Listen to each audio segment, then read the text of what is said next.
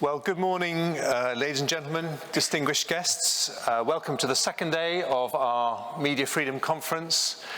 And I just want to say that we are so proud that we have got together such an extraordinary collection of people to talk about something so important and something that probably many of us have taken for granted one way or another, particularly if you grow up in a country like this, you sort of take these things for granted, and it's reminded us that some things really have to be fought for. So thank you for your commitment, and on behalf of the United Kingdom and our co-host Canada, a very warm welcome.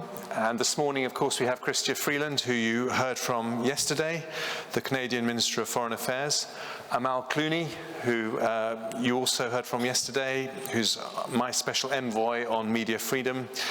We've also got Audrey Aouzley, who's the Director General of UNESCO. Very warm welcome to you. She is representing the United Nations Secretary General.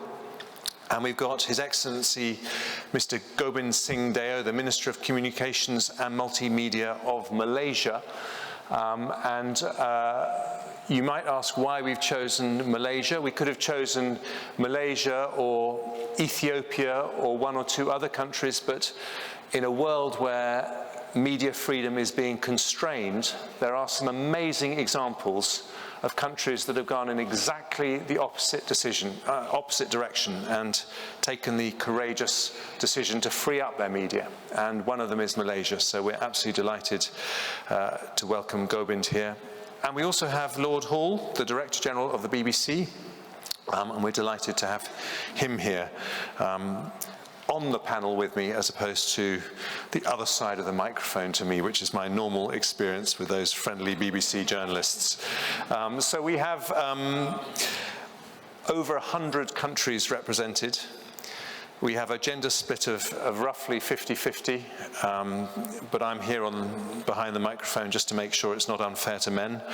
And we've got this morning to focus on the broad question that I was talking about in my speech today as to what constitutes media freedom, why does it matter, and particularly this morning, what are the trade-offs that you have to confront if you are going to protect media freedom, the trade-offs with security, the trade-offs with established diplomatic relationships, the trade-offs with alliances, the trade-offs about what you do in public versus what you do in private. All these are very important things which we want to discuss and air and think about.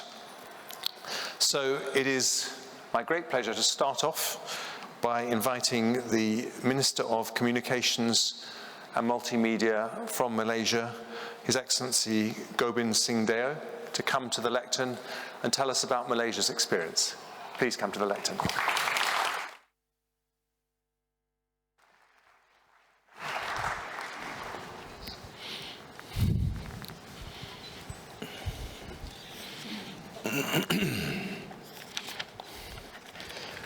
Your Excellencies and honorable guests,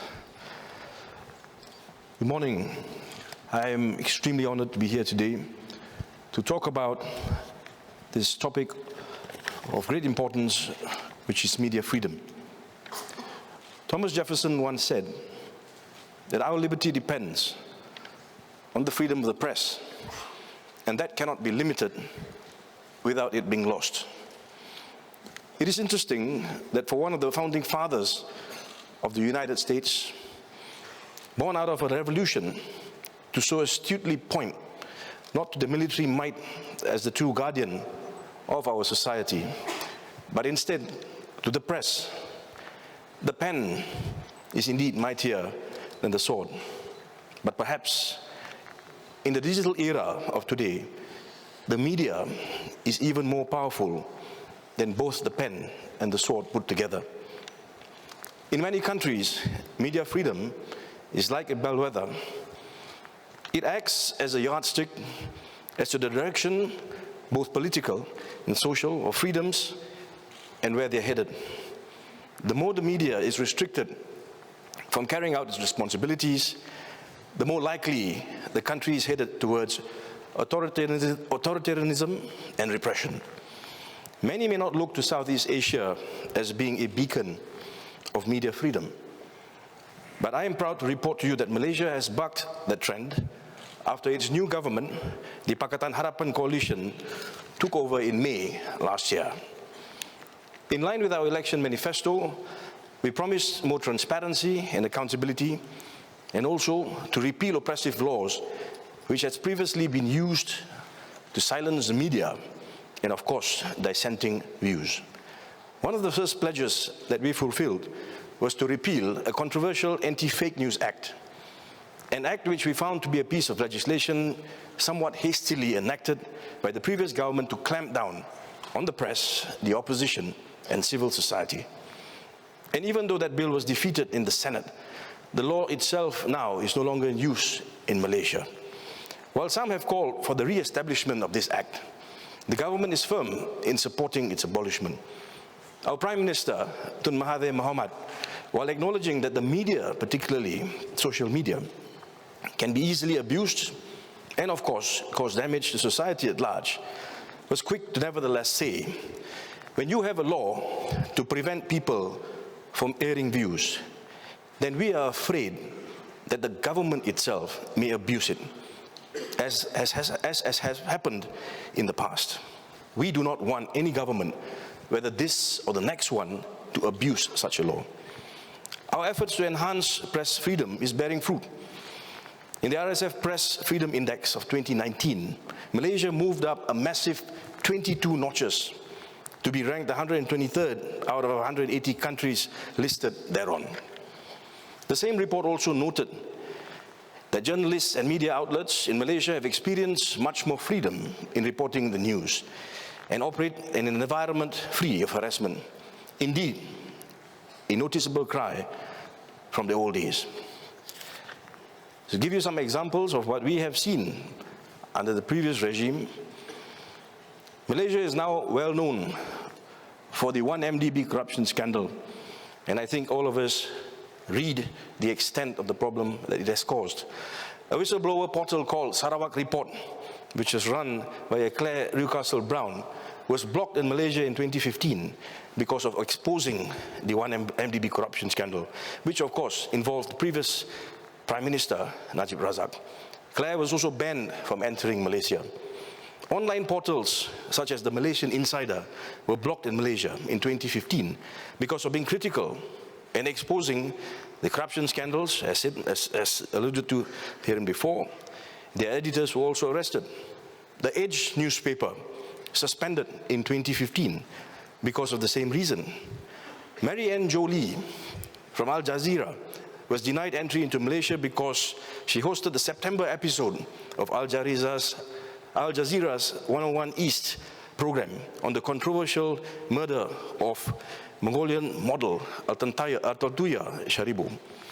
In 2016, Linton Besser and cameraman Louis Aroglu from ABC Television's The Four Corners Show were arrested and deported from Malaysia because of asking questions to the Prime Minister with regards to the 1MDB corruption scandal. These are just a few examples that show how it is the previous regime in Malaysia dealt with press freedom. Another important initiative that we have undertaken in this new government is the establishment of a self-regulatory media council, which will be held by the industry itself and designed to govern the conduct and uphold the quality of news reporting, as well as ensuring a responsible and free, vibrant media in Malaysia. The government is in the process of holding consultations and, of course, getting feedback through discussions with all vested interest groups, including media owners, journalists, media organizations, unions, civil society groups, and, of course, this is all towards that process of starting up the Media Council. No doubt, ladies and gentlemen, the Fourth Estate has traditionally acted as a check and balance to the powers of the three other branches of government, the executive, legislature, and judiciary. And it is imperative that they continue to uphold this responsibility.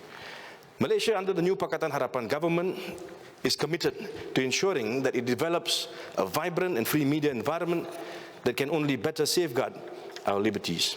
However, the issue of concern to all of us today is the rapidly changing nature of the press in this digital age of instant news.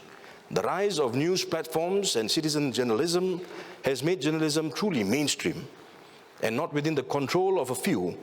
And of course, the speed at which news unfolds today presents new challenges which calls for attention.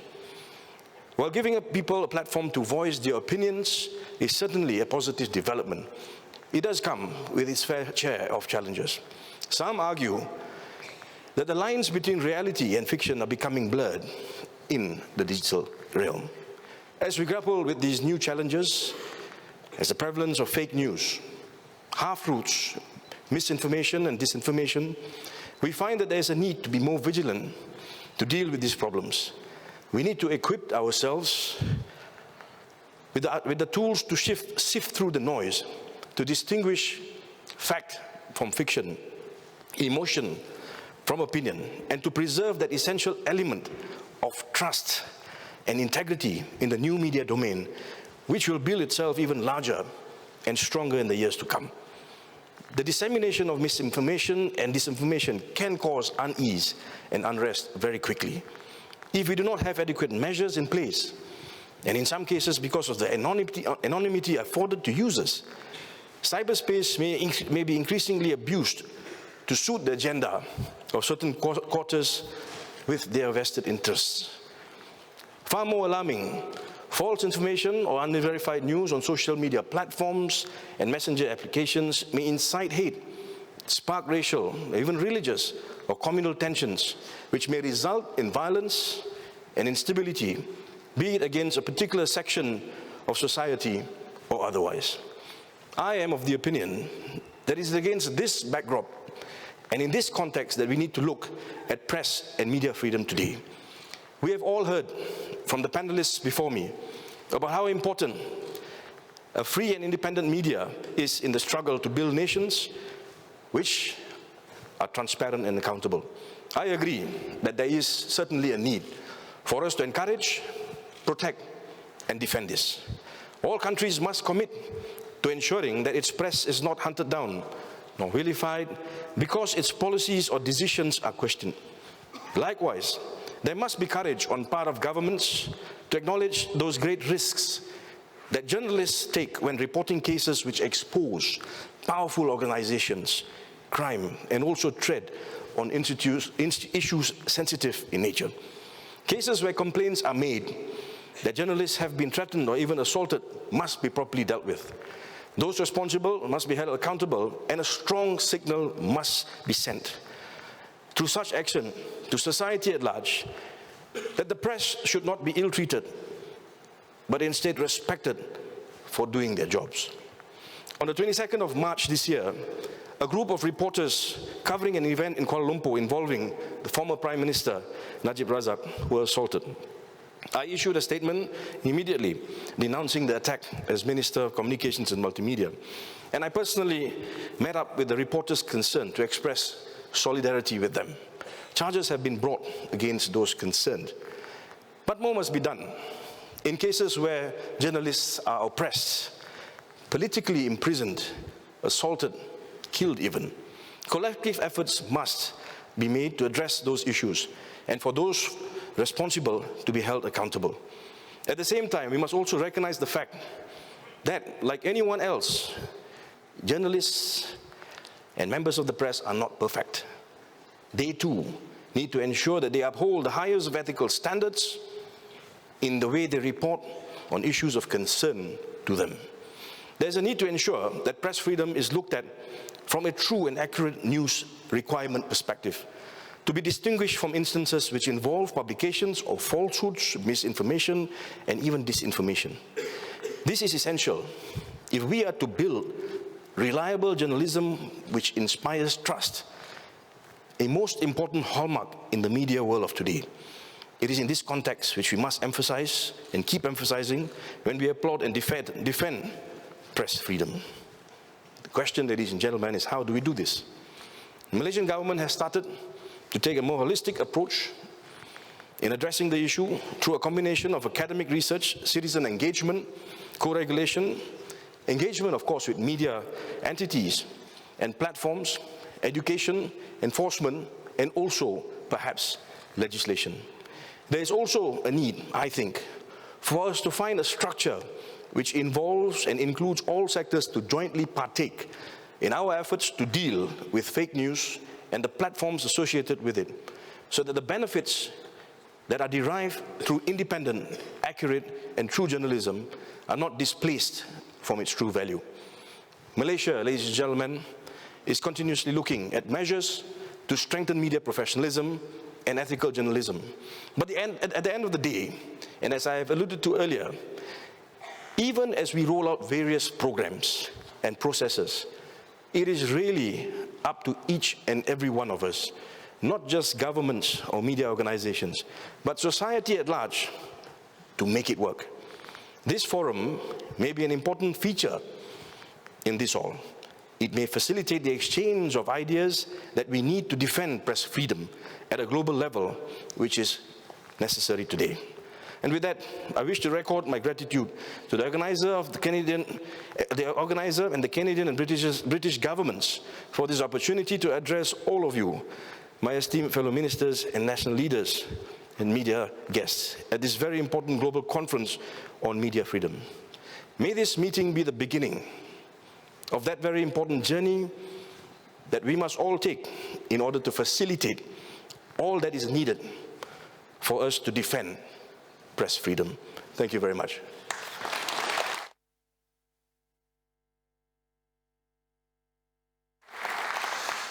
Thank you, Gobind. When I was in Malaysia in January, I actually met a cartoonist and blogger who said that he would have been in prison if the government hadn't changed. But when the government changed, all the charges against him were dropped. So I think that is incredibly encouraging. And I think one of the things about a free media, which isn't talked about enough, is the link between peaceful transfer of power and a free media. Because having a free media, first of all, it disincentivizes people who would like to snatch power by force. But secondly, if you win an election with a free media, you have a legitimacy that you don't have if you grab power being able to control the media. And I think it's very important for young democracies.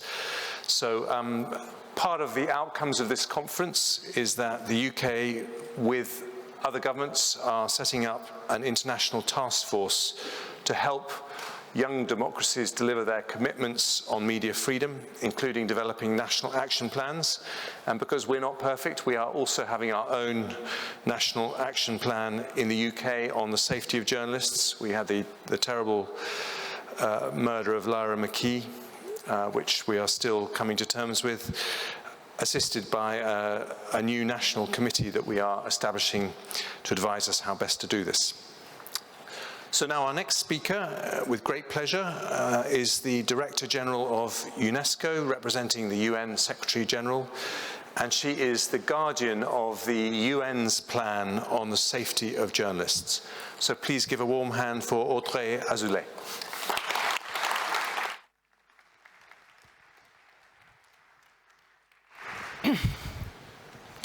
Excellencies, ladies and gentlemen,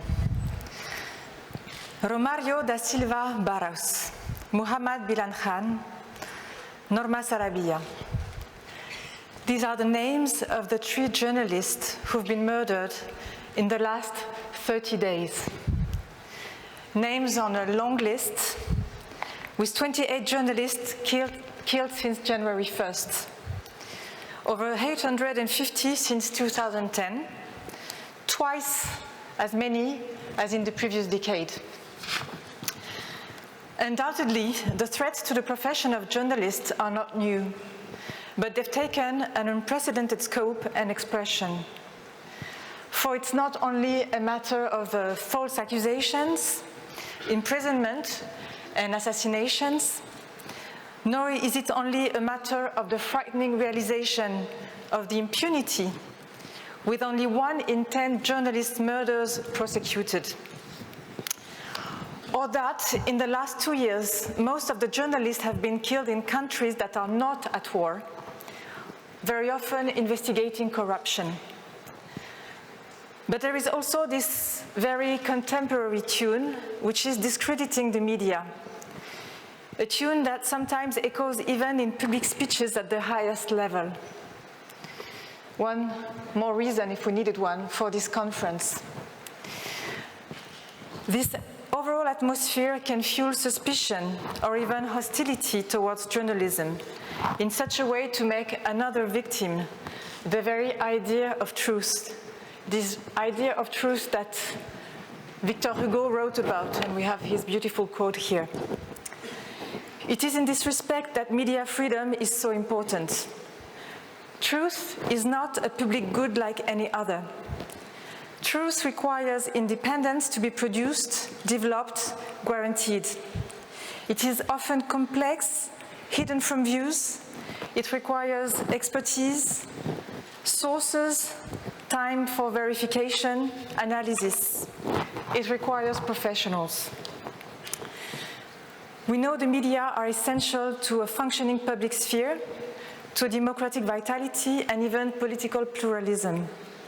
It stimulates debates while forcing forces that shape society, political, economical, technological, to more accountability. Journalism and the media are essential to peace, sustainable development, human rights for all, as recalled very recently by the Secretary General of the United Nations, Antonio Guterres. But only 10% of the world's population has access to free press in their country, according to RSF. Dear Christophe. Ladies and gentlemen, it is an honor to be with you here today as UNESCO's Director General and also to represent the Secretary General. To be here with you today in the UK, which has put media freedom on top of its foreign policies priority, along with Canada, that I thank. Both countries that have also in priority in their foreign policies girls' education, which is another one of UNESCO's priority. Happy to be with you in the UK, a country where UNESCO's constitution was conceived in 1945, with a raison d'être inspired by the then Prime Minister Attlee, to build the defense of peace in the minds of women and men.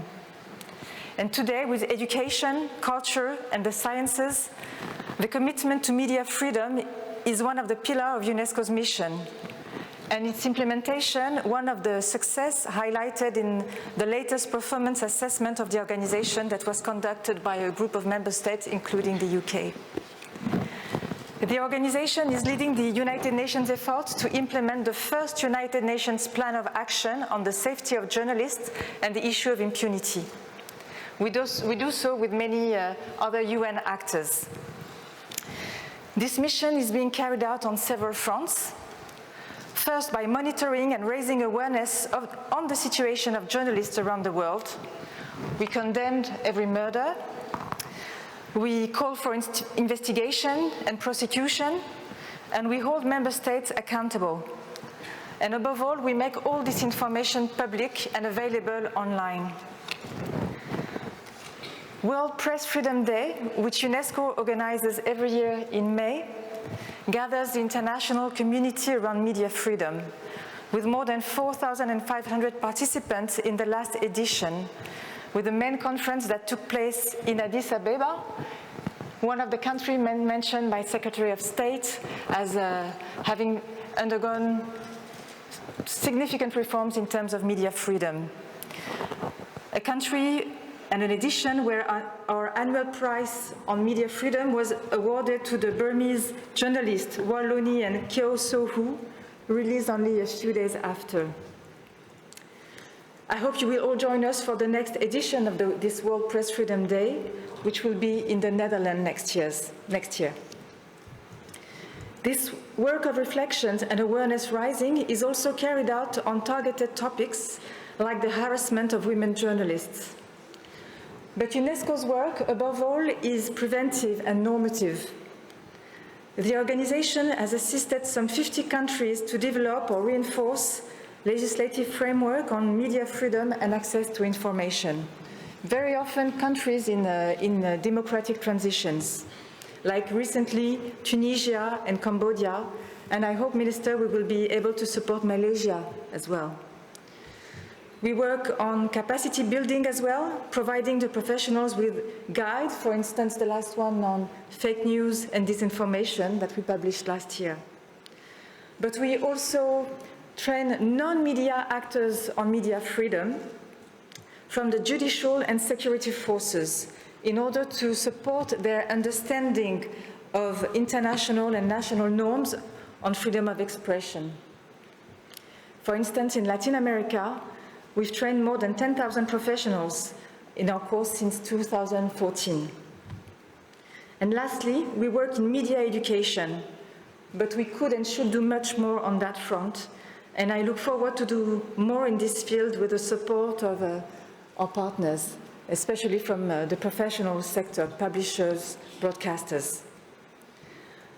But to be effective, this work needs to be supported and carried out on the field. And I want to thank all of those who work with us in civil societies, NGOs, professional organizations, the private sectors, journalism schools, experts.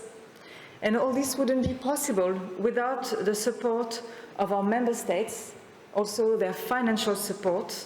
And I would like to thank, among others, Canada, Italy, Norway, Sweden, Austria, Switzerland, the European Union. And I'm very pleased that UNESCO will host the new Global Media Defense Fund announced yesterday by the Secretary of State. It will help fund legal advice for journalists and safety training for those in conflict zone. And I joined Jeremy Hunt in inviting others to contribute to this initiative. This political will, these national commitments are essential to this global cause and also to multilateral work.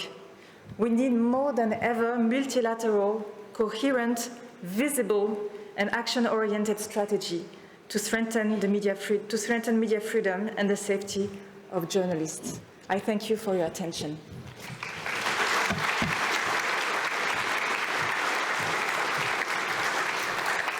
Very powerful words. Thank you, Audrey. And thank you for all the work that UNESCO are doing in this very, very important area, including your commitment to administer the new Global Media Defense Fund, which is going to be very, very significant. I'm now delighted to introduce my special envoy on media freedom, Amal Clooney. I got to know Amal when we worked together on the release of the two Reuters journalists, Wallon and Chaw Soo, when they were in prison in Burma. And she is a formidable advocate for journalists in trouble. And any journalist colleagues here, if you ever get into difficulty, I would warmly recommend her services if you can afford her fees. But we are working with Amal to convene an independent panel of experts to help strengthen legal protections for journalists across the world. So please give a warm hand for Amal Clooney.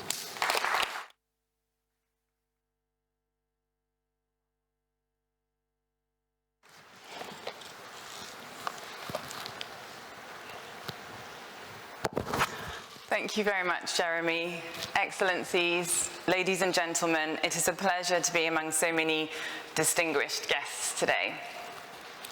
When I addressed the conference yesterday, I noted that global media freedom has been in decline for over a decade, and we see evidence of this daily.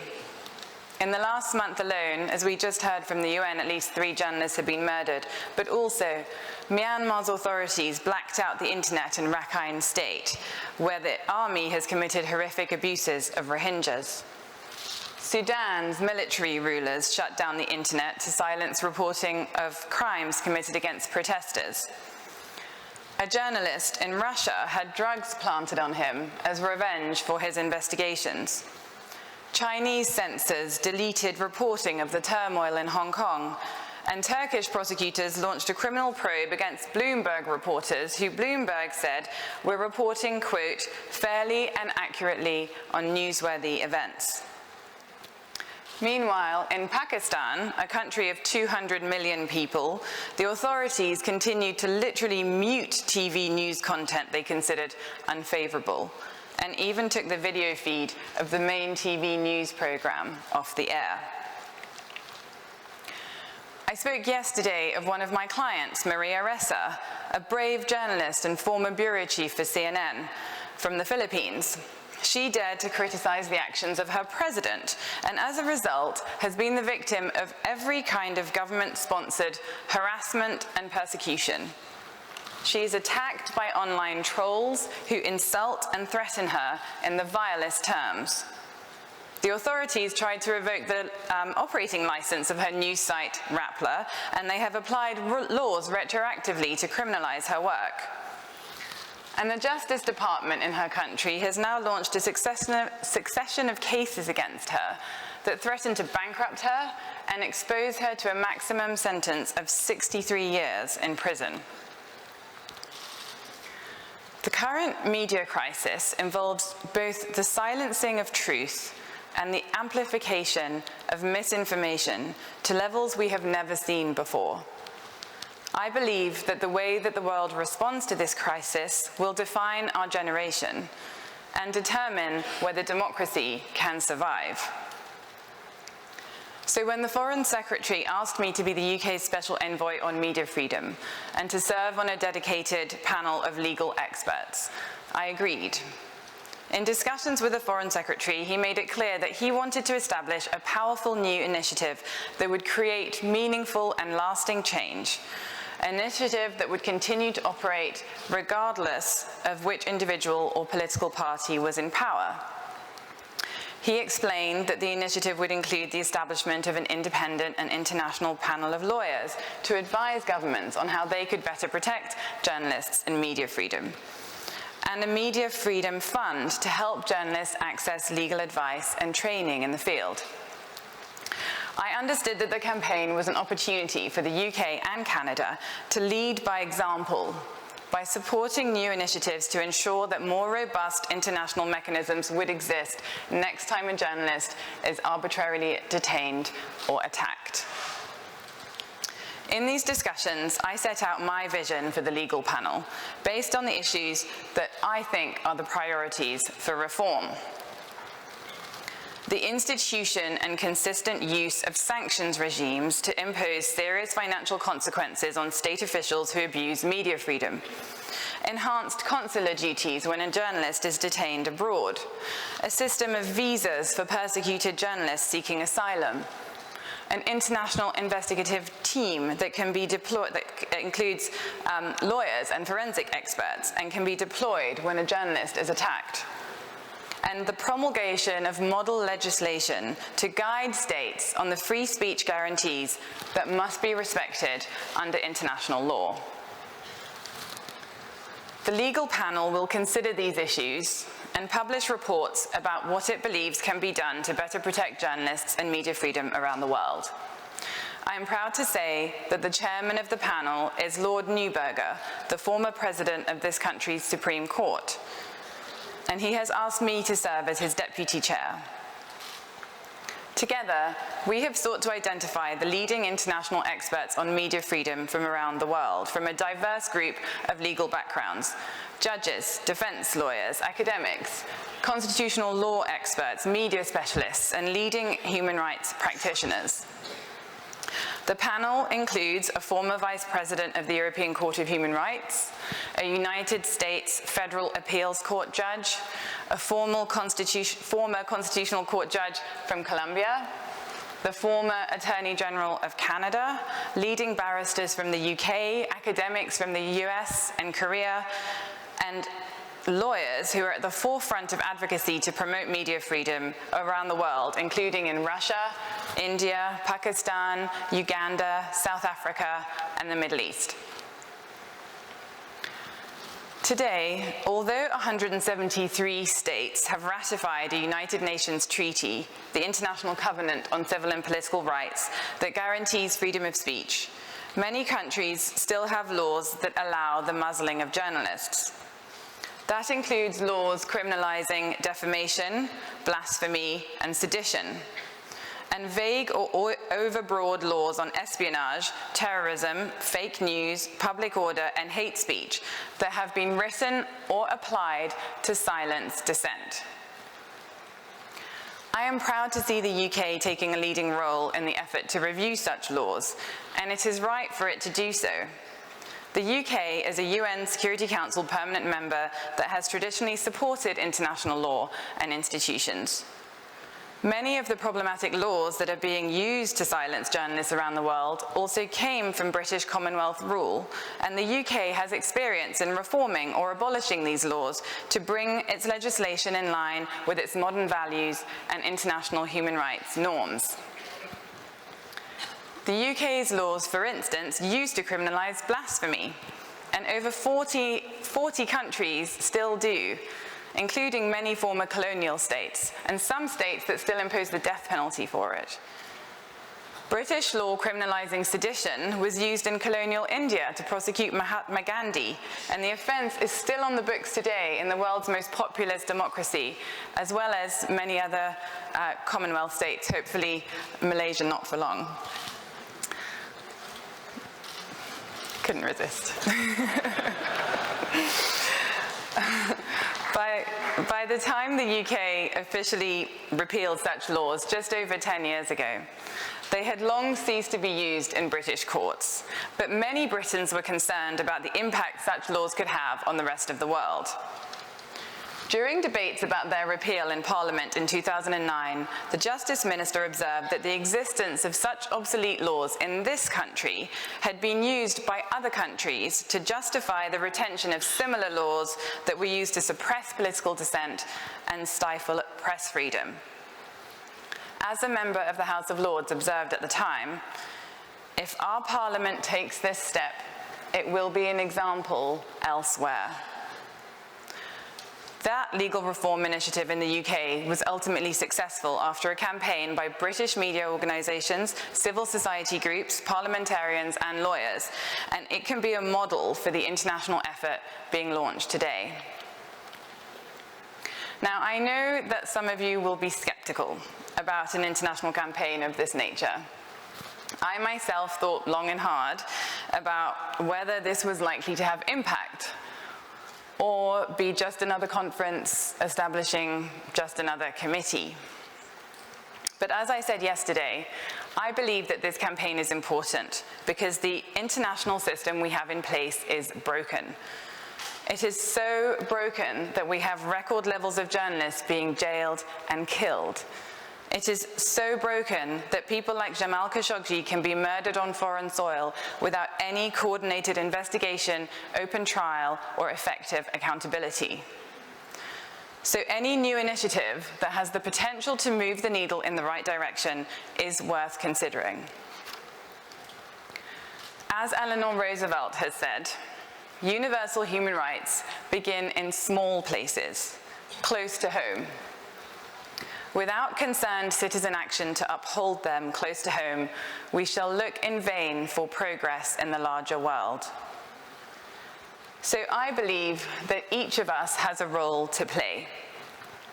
I believe it is the responsibility of journalists to do their job by engaging in fact-based reporting that values accuracy over speed or clicks.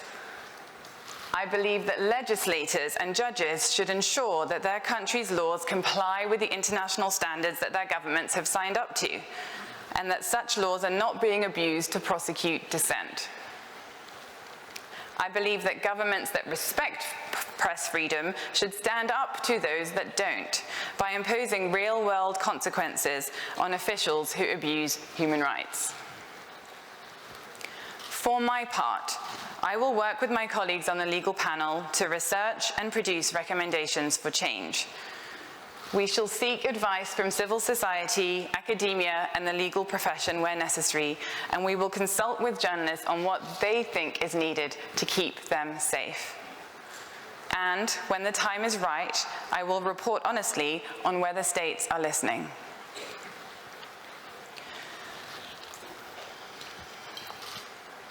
The world is upside down when those who commit the worst abuses are free, while those who report on them are not.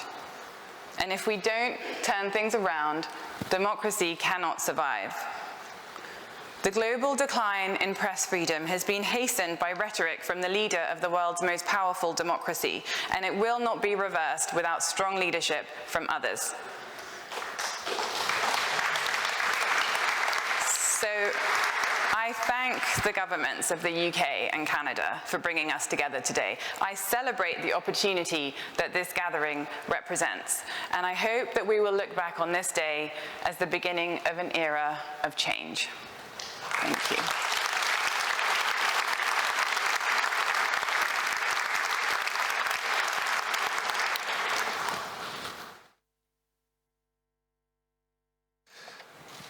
Thank you, Amal, who has consistently, since her involvement in the organisation of this conference, been keen to make sure that there are real teeth to any changes that we advocate and that this is not just a talking shop.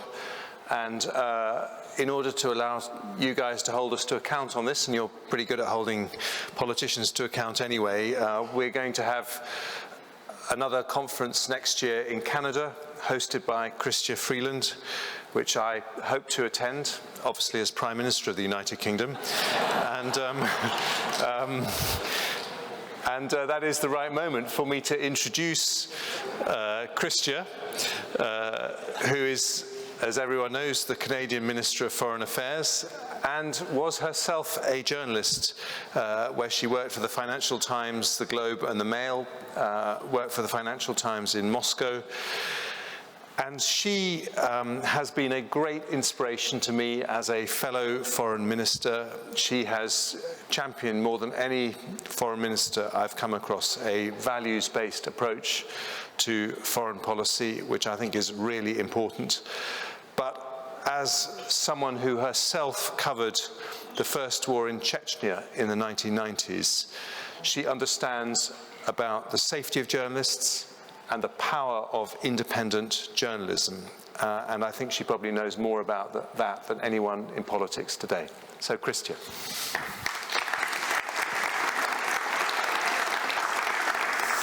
Well, thank you very much, Jeremy, for that extremely kind introduction. We do have an election coming up in Canada, and I think I might need to invite Jeremy to come out and introduce me to some of our voters. That was very nice of you.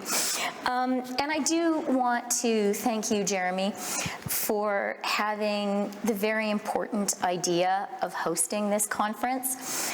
I think all of us, as Amal was honest enough to admit, faced some skepticism in doing this.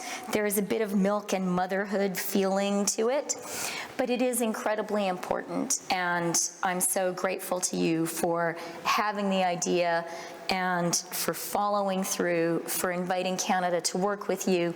And I do want to thank the magnificent British team of public servants who have done just a fantastic job in bringing this to life. You guys are a terrific model public service. Yes, Minister is not entirely untrue, and all of us depend on our public servants. And I do also want to thank Amal for her great comments and her great work. In every newsroom I worked in as a reporter, an adage was that the better the journalist was, the even better the lawyer needed to be. So this autumn, we will celebrate the 30th anniversary of the fall of the Berlin Wall. For those of us who lived through that time, as I did, my kids can't believe I'm that old, it was a euphoric moment, and one when it was tempting to imagine that liberal democracy was both inevitable and eternal. That was such a seductive idea, but it has proven to be an illusory one. Instead, it is clear today that liberal democracy and the rules-based international order are under greater threat than at any time since the Second World War. As Robert Kagan argues in his recent book, if the liberal order is like a garden, artificial and forever threatened by the forces of nature, preserving it requires a persistent, unending struggle against the vines and weeds that are constantly working to undermine it from within and overwhelm it from without. Today, there are signs all around us that the jungle is growing back. I agree with that so profoundly. and there is no part of our liberal democratic garden which is more threatened by the jungle's resurgence than the free press. The danger is often specific and physical. Beaucoup d'entre vous ont probablement Many of you have probably already, in fact, realized that this, have seen the number of journalists that have lost their lives over the last few years. So let's just remember them for a minute, and let us also salute their courage, because the troubling reality, as was explained in detail during meetings today and yesterday, and that the journalists and workers in the media are more and more targeted and are more and more abused and attacked. And this must stop. We have to work together in order to ensure that journalists can carry out their work in all safety and without any kind of worry for reprisals. We have been hearing yesterday and today is that journalists and other members of the media are increasingly the targets of abuse and attack. That must stop. Journalists must be able to do their work safely and without fear of reprisal. Now, I'd like to pause and address the elephant in the room. The seeming paradox of elected politicians coming together to support a free press. We politicians may seem to be surprising champions for the media, and that's because of the inherent structural conflict between the press and the government. The job of journalists, after all, is to hold our feet to the fire. And as someone who is regularly on the receiving end of that treatment, I can assure you that it is not a very pleasant experience. And I'm sure all the politicians in this room are nodding in hearty agreement. But it would be a terrible mistake for any politician, smarting perhaps from that discomfort, to conclude that journalists are the enemy. Quite the contrary. A free and independent media, in all of its disputatious, cantankerous glory, is one of the cornerstones of liberal democracy. Reminding ourselves and each other of that fundamental reality is why it is so useful for us to come together today. Now, the truth is, to be sure, that it's harder to be a politician, to be a government in a country with a free and independent media. But that's the point. By holding us, their governments, accountable, journalists make us better than we would otherwise be. Facts matter. Truth matters. Competence and honesty among elected leaders and in our public services matter. Now, these assertions may seem so obvious as to be trite, but the objective of the world's rising authoritarianism is to undermine the very idea of objective facts, of objective truth.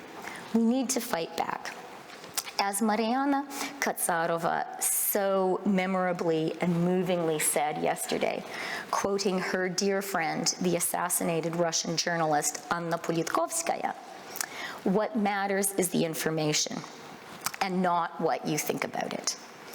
Anna's tragic death reminds us that Russia is one of the most dangerous places in the world for journalists to work today. And that, by the way, is not an accident. It's quite deliberate. Now, Anna's wonderful defense of the truth echoed a great line, one of my favorites about journalism, from Guardian editor C.P. Scott. Nearly a century ago, he said, "Comment is free, but facts are sacred." These are lofty words and important ones. One of the things Jeremy and I hope to do with this conference is to buttress these essential, important ideas with some specific collective and practical steps. The first is the Global Pledge for Media Freedom. We must seek accountability for crimes against journalists. That is why Canada has used sanctions as a tool to address abuses of media freedom. Following the brutal murder of Jamal Khashoggi, Canada imposed sanctions on 17 people. As an extension of the pledge, we are also launching a media freedom coalition that will connect governments with civil society organizations and members of the press to save journalists and media workers at risk. This coalition and the Media Freedom Contact Group is a cousin to the Rapid Response Mechanism launched during Canada's G7 presidency last year to address malign disinformation. On World Press Freedom Day, which Audrey described to us, this year, Canada announced $12 million for the organization Journalists for Human Rights. Today, I'm announcing another $10 million annually to promote and protect democracy. This funding will focus on supporting electoral processes, reinforcing democratic practices by combating disinformation, and strengthening civic engagement. An initial $1 million will go to the new Global Media Defense Fund housed at UNESCO that Audrey has talked to us about. And of course, as Amal has just described, we are launching the independent panel of legal experts to support and advance media freedom worldwide.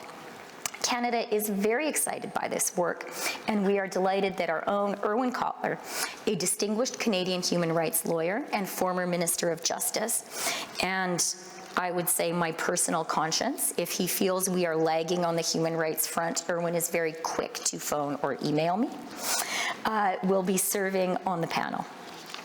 I outline these actions not as an exhaustive list, but as examples of some first concrete steps we can take together. Canada has been delighted to co-host this year's Media Freedom Conference with the UK, and we are honored to serve as next year's host.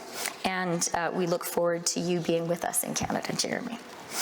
Listening to the testimonies of the brave and brilliant journalists gathered here, it was easy for me yesterday to be scared or, frankly, to get depressed.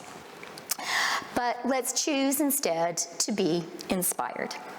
Let's be inspired by Anas Aramayo Anas from Ghana, who spoke to us yesterday from behind a curtain of beads because he would be in danger if he exposed his face. Let's be inspired by Luz Meli Reyes of Venezuela, who, together with her colleagues, decided, as she so eloquently put it, not to wait for her own funeral, but instead to create some fireflies to help light up the darkness of the Maduro dictatorship. We all need to defend our independent press, even and perhaps especially when it criticizes us as a central institution of democracy. We need to fight for the open society against the closed one. We need to fight for the complexity of democratic truth rather than the beguiling simplicity of authoritarian rhetoric. Then, and only then, will we have weeded our democratic garden, and will we have kept the jungle from growing back. Thank you very much. Merci beaucoup. Thank you.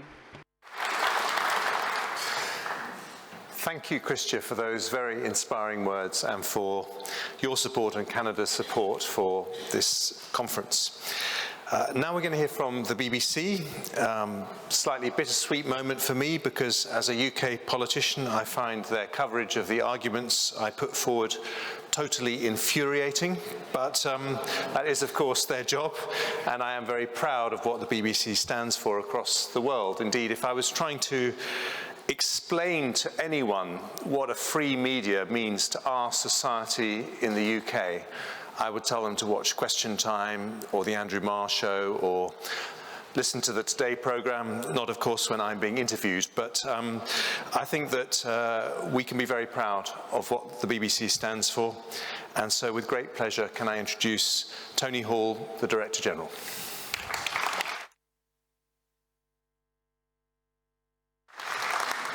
Thank you, Jeremy, and thank you to both the UK government and the Canadian government for hosting this really, really important conference.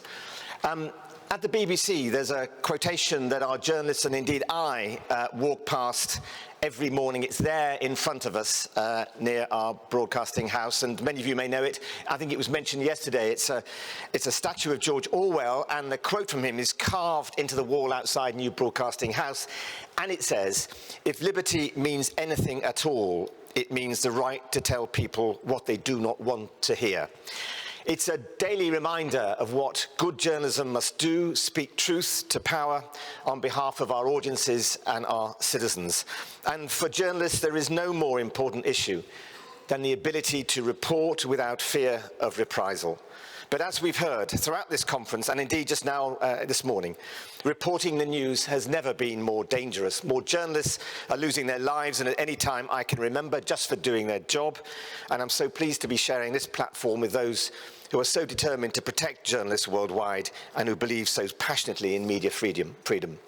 There are 3 points I want to make today, speaking really as the editor-in-chief of the BBC, a major journalistic organisation. And the first is this, and we've heard a lot most lately from Amal about the threats we face as journalists, which are becoming even more insidious. I have highlighted many times the case of our BBC Persian staff who, along with their families, continue to be harassed and persecuted by the Iranian authorities. And I want to pay tribute again to their resilience, of them and their families, in the face of years of concerted intimidation. The reality is that our staff are now facing growing intimidation and interference worldwide. Last year in Nigeria, a BBC investigation looked into an epidemic of codeine cough syrup abuse and the vast criminal network behind it. It caused a change in the law right away, and the codeine addiction rate plummeted. But the severe threats our journalists faced to their physical security have intensified. In Uganda in February, a team investigating the illegal sale of government medicines was arrested and then released on bond. Our reporter in Kampala later heard of a plan to arrest her in connection with the investigation, was forced to go into hiding. Earlier this year in Burundi, we aired a documentary about secret detention and torture sites. The result, BBC was banned. In China, the World Service moved its sites to a secure internet protocol last July. The result, all BBC websites have been blocked ever since. And closer to home, our Istanbul correspondent puts it this way: to commit the act of journalism in today's Turkey requires a thick skin and a good lawyer. Increasingly, our people, as we've heard, are being targeted for telling the truth by those who believe they should either have editorial control of how we report, or that they can stop us reporting altogether. At the start of this week, we published the BBC's editorial guidelines, the values and standards that apply to all our staff worldwide. And they explicitly include freedom of expression for the very first time. Not because we haven't always upheld it as an essential value, but because in today's news climate, we can no longer take anything for granted. Our values matter. We have to speak loudly about them. Which leads me to the second point I want to make today. We need to reassert those core principles of good journalism like never before. In a sea of disinformation and partisan reporting, we need to stand up for independence, for impartiality, and reporting without fear or favour. What does this mean for us? What does it mean for anyone who cares about good journalism? I believe it means boots on the ground, first-hand, on-the-spot reporting from the front line. It means an even greater focus on specialism, experts in their field who can interpret the facts and offer trusted judgments, who know what they're talking about. And it means doing more to empower our audiences by giving them more context and more explanation to understand what's going on, not just the what, but the why. And I want to give you one example. It comes from a programme we've launched recently called Africa Eye, and it's an investigative programme which we launched last year to help hold power to account across the African continent. And it looked into a horrifying video that began circulating on social media last year. And some of you might have seen it. It showed 2 women and 2 young children The children are strapped to the back of the women, being led away at gunpoint by a group of Cameroonian soldiers and then murdered, shot. The government of Cameroon initially dismissed the video as fake news, and many claimed it took place elsewhere. But the BBC team painstakingly went through the footage and proved otherwise. They used satellite imagery to identify the mountain ridgeline that could be seen in the background of the footage. They identified the tracks, the buildings, the exact location. They used the evidence of the dry season and the soldiers' shadows in that season to pin down the date to within a 2-week period. And they also used extensive open source research to disprove official claims about the guns and the uniforms of the soldiers. They even managed to identify 3 of those who pulled the trigger by name. And that, to me, is a tribute to the power of old-fashioned journalistic values on the one hand, combined with cutting-edge techniques on the other, and also giving teams the time and money they need for world-class investigations. And my third point is this. As well as reasserting our values, we face another existential challenge, and we've heard a lot about it this morning. Trust in journalism is being undermined by misinformation, and that's why we need to take the fight directly to misinformation or fake news. We have to remind ourselves what's at stake. An assault on truth is an assault on democracy, because a democracy that cannot rely on access to the truth is in reality no democracy at all. We saw in the Nigerian elections in February the extent to which disinformation can now disrupt the debate. During the recent elections in India, our BBC teams focused on calling out fake news stories spread deliberately for political gain, and that won us audiences. But it also highlighted how frequently disinformation can now spark violence and even cause loss of life. Last year alone, the BBC identified around 25 deaths by lynch mobs following rumours spread on social media or messaging apps. Many more were reported. And we're now in the midst of the biggest assault on truth, and therefore democracy, since, in my view, the 1930s.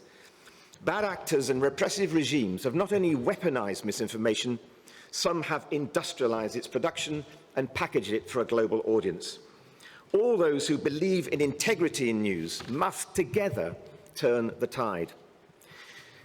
Last month, I convened what we called a Trusted News Summit at the BBC, which was behind closed doors and brought together global tech platforms and publishers, people who believe in what we've been talking about over the last two days. And the goal was to arrive at a practical set of actions we could take together to tackle the rise of misinformation and bias. And we're going to speak more about that in the weeks ahead. But what struck me so powerfully was so many people looking to the convening power that we may have at the BBC to bring people together for this issue. And I believe we have a major responsibility as a well-trusted brand around the world to do just that. Our global audiences have grown 13% in just 1 year to 426 million people each week. Largely thanks, I have to say, to the UK government and its recognition of the part we can play in achieving common goals. But I am determined that we use, with others, with partners, that unique reach and trusted voice to lead the way, to create a global alliance for integrity in news. We're ready to do even more to help promote freedom of expression worldwide. We want to play our part to the full at the heart of this critical campaign. Thank you.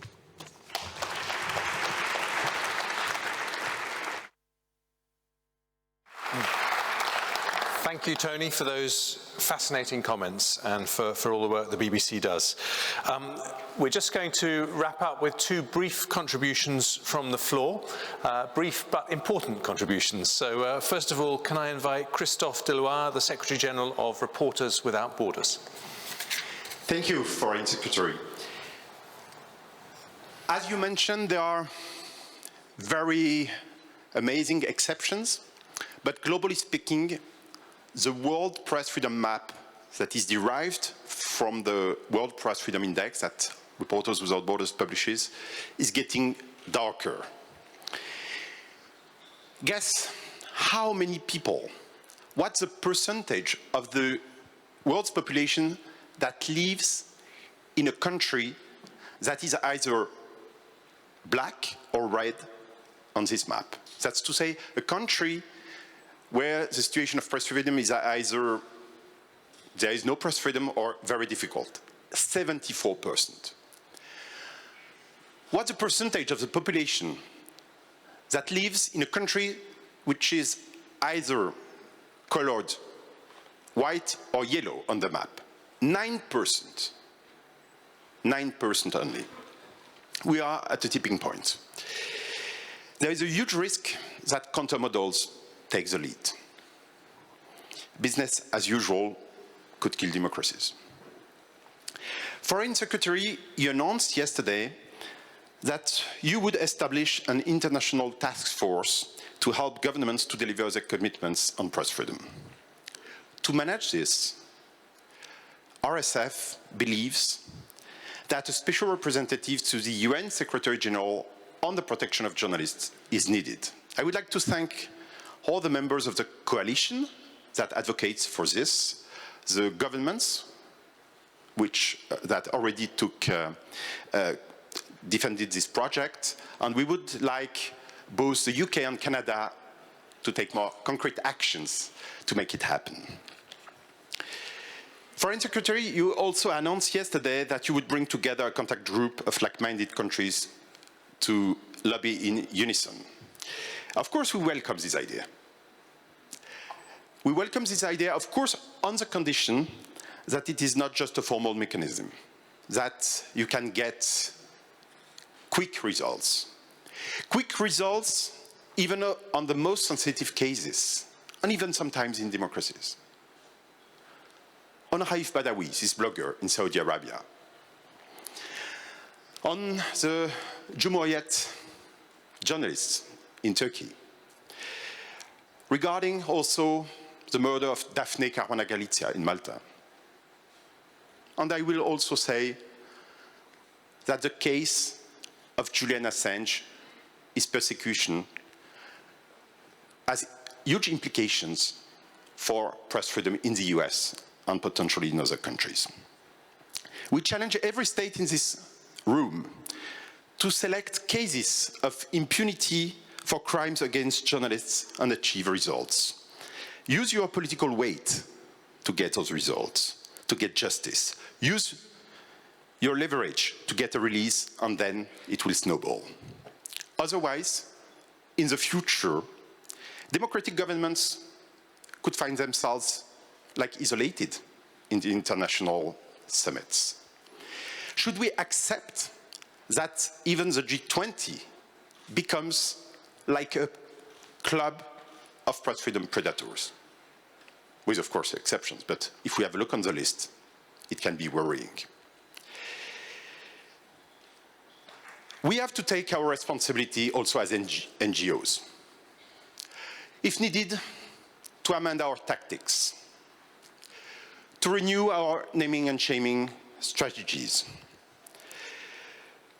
to directly engage with governments, as we did as Reporters Without Borders recently with Saudi Arabia, when we organized an unprecedented mission to this country to try to get the release of more than 30 journalists who are arbitrarily detained in this country. We also have to work on positive safeguards for the pluralism, for independence, freedom, and, as you mentioned, trustworthiness of news and information. Journalism is also about trustworthiness, not just about expression. That's why, as Reporters Without Borders, we launched the Journalism Trust Initiative, and I would like to take this occasion to thank Audrey Aouzley for the involvement of UNESCO, and also Tony Hall, because the BBC is also part of it. We have 120 entities. That's why also we launched the Information and Democracy Initiative, and we were very glad yesterday to hear during this conference that the UK would be part of it in the future. We have some reasons to be optimistic. As you said, Minister, we have absolutely to avoid to live in a jungle, because in the jungle, predators always win. Thank you.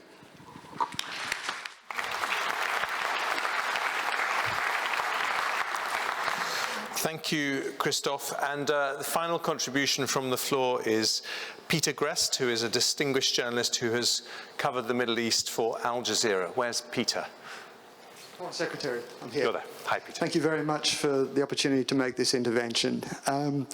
As many people know, and as Amal was in a case that Amal was involved in, I was one of 3 Al Jazeera journalists imprisoned in Egypt through 2013 and 2014. And one of the things I'd like to point out is that this idea of press freedom can often feel like an abstraction, particularly for those of us who live in democratic states.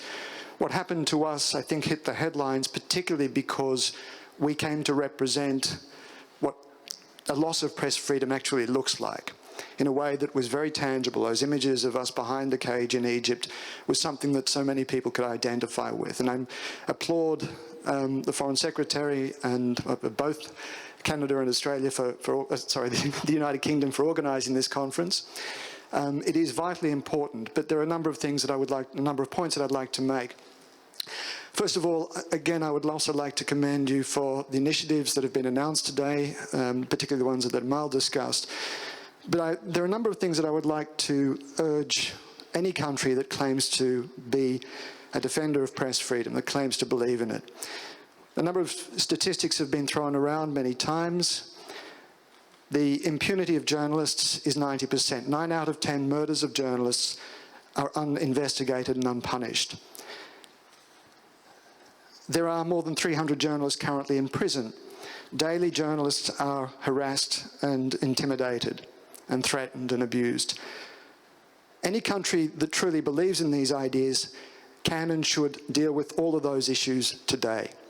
Journalists imprisoned can be released today. These are things that politicians can achieve immediately. Impunity can be ended immediately. Investigations can and should be begun. 90% of unsolved cases is simply unacceptable anywhere in the world. The Foreign Secretary, one of the things that you said in your introductory remarks was that you said that there is often a trade-off, a tension. There is a necessary tension between journalism and national security.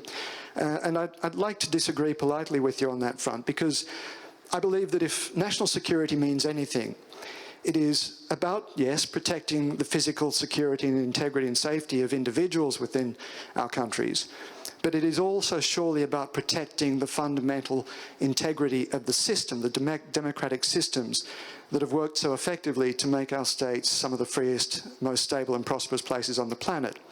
So if in trying to protect individuals, we fundamentally end up undermining one of the principles of our democracy, one of those fundamental pillars of our democracy, then surely national security is not served. I would also like to, again, reflect on what Tony Hall mentioned, and that is the responsibility of journalists to improve our own games, to lift our standards, to regain much of the public trust which we have lost over the years.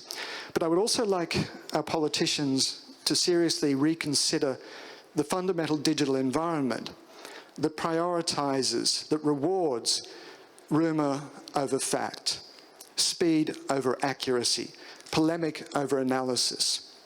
It is incredibly difficult for journalists to function effectively in an environment that promotes and prioritises that kind of coverage. And we need to seriously reconsider that environment if we're going to be serious about tackling press freedom. Ladies and gentlemen, I would like to conclude. It seems everyone here is very fond of quotes.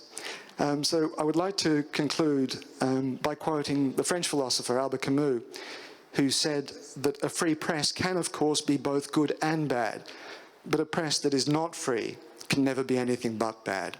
Thank you.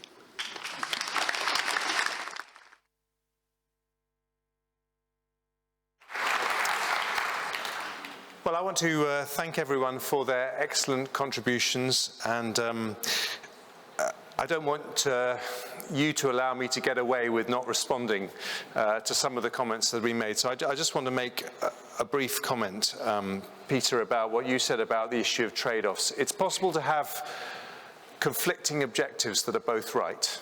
the objective of justice and the objective of mercy, as Isaiah Berlin once talked about. And I think the purpose of this conference is to point out that freedom and media freedom, which is essential to it, has to be one of our central objectives, however much we look at all the other objectives. And we have to be very careful that we don't trade away something that is absolutely fundamental to our belief as to what it is that allows humanity to flourish. And to go back to what Christophe said, I think it's very important that democratic governments do not treat support for media freedom as about virtue signaling, and that they are prepared to take practical actions. But I'm afraid I would respectfully disagree with you that there are always quick solutions to these problems. It took a very long time to get the Reuters journalists out of Burma. There was an enormous amount of private diplomacy as well as public diplomacy, and we don't control the laws in other countries. So sometimes these things are difficult to solve, and the question is whether you are actually trying. And I think what we've got here is 1,500 people who are going to hold politicians like me and Chrystia to account as to whether we're actually trying. And I think you guys are well smart enough to tell the difference between looking like you're trying and really trying. And we'll see you next year in Canada, and you can tell us what you think. Thank you all very much indeed.